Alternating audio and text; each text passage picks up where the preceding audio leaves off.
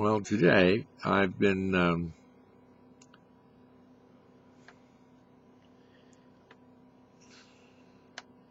meditating and thinking about mortality, immortality. As I approach my own demise, I think a lot about what consciousness of mine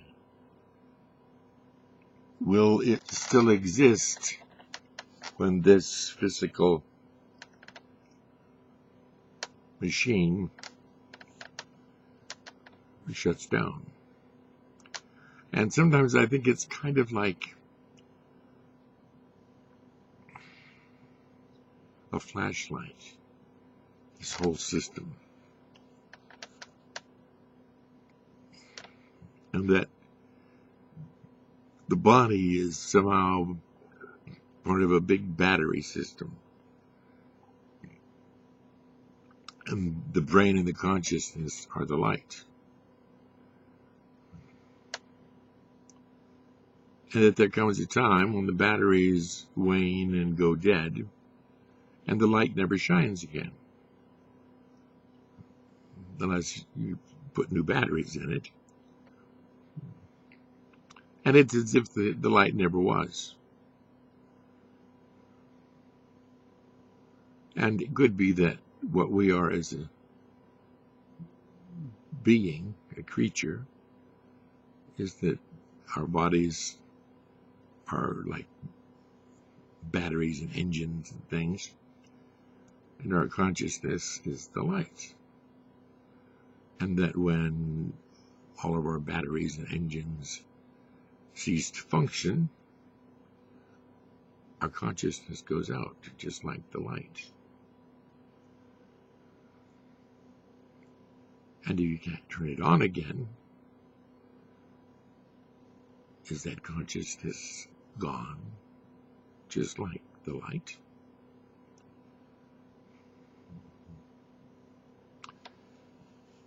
And then I think about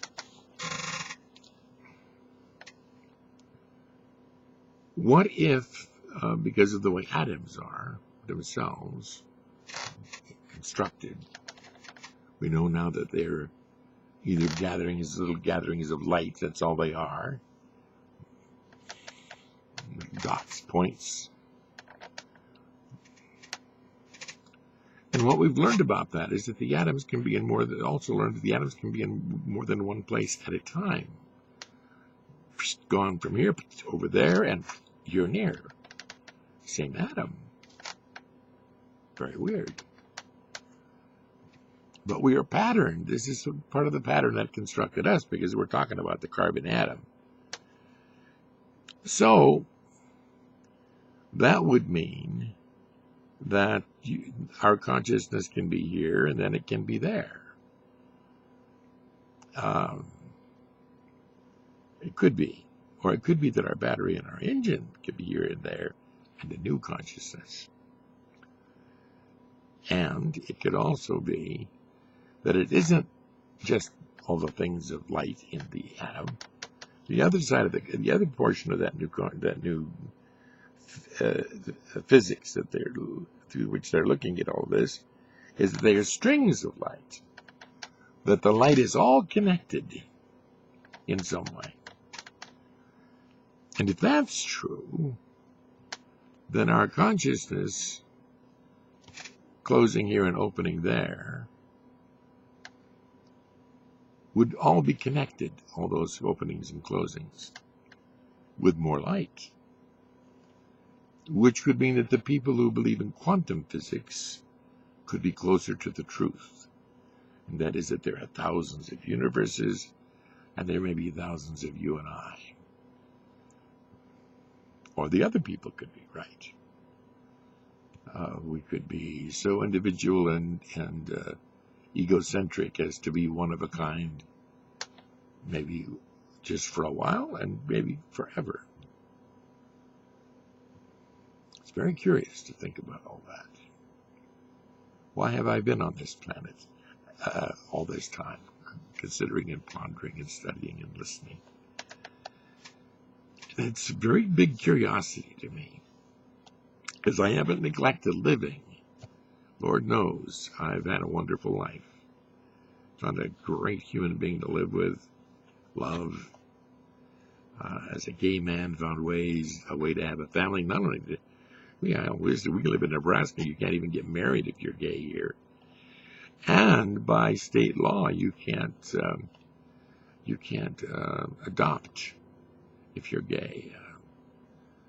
There's some problem with getting children. We managed to get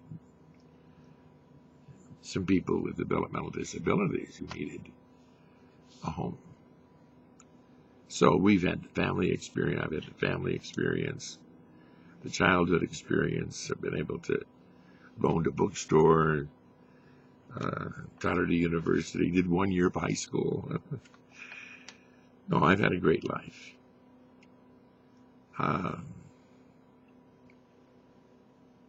But I'm just wondering why, at my age, I'm still asking exactly the same questions I was asking as I approached, my 11th and 12th birthdays. The questions that I've been seeking to answer all my life. Who the hell am I? What am I?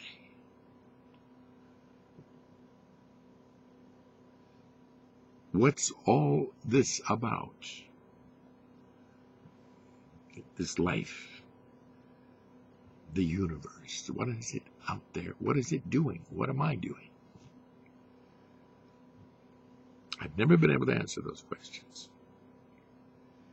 But I have discovered that I feel more completely connected to all of it, and that includes my doubts about everything. I feel more truly, physically connected to all of that, and therefore to the source of my being, whatever that may be. Right now, the universe is doing a lot of things. It's doing you and me. But if I can gather with other people who are really grateful for consciousness and thought and thinking and life, a group of people who are really conscious of it and really grateful for it, not knowing who to thank or what to thank, or even maybe how to thank you, but who gather together nonetheless to celebrate this joy they have because of consciousness, and to be in gratitude to the source of their being. And I don't care whether they do it as solemnly as a high mass or with as much rigor as the Pentecostals. I don't care if they do it sitting quietly in a Quaker gathering, or by taking a message of faith from door to door. Don't care. Never answered the questions, but found a way to feel connected, actually, not just virtually, but that as well, to the source of my being. But oh, how I would like to have answers to those questions. I would be delighted if the fundamentalists are right and God is sitting on a throne, with Jesus sitting right next to him. Because I got some questions. Thanks a lot for inviting me to the dinner, Dad, but I need to know a few things.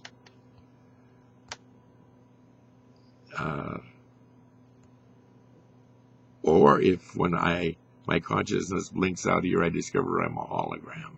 What about that? Or I wake up and it's I'm actually in a spaceship, a creature from another dimension and universe, given an opportunity to have a human experience. What of that? What if I have always existed as everything else has, if it has, and I'm actually a spiritual? At the core of my being is this spiritual thing. I'm actually maybe a spiritual thing seeking a human experience. Or, even more frightening, I could be a human, an animal, a mammal, seeking a spiritual experience.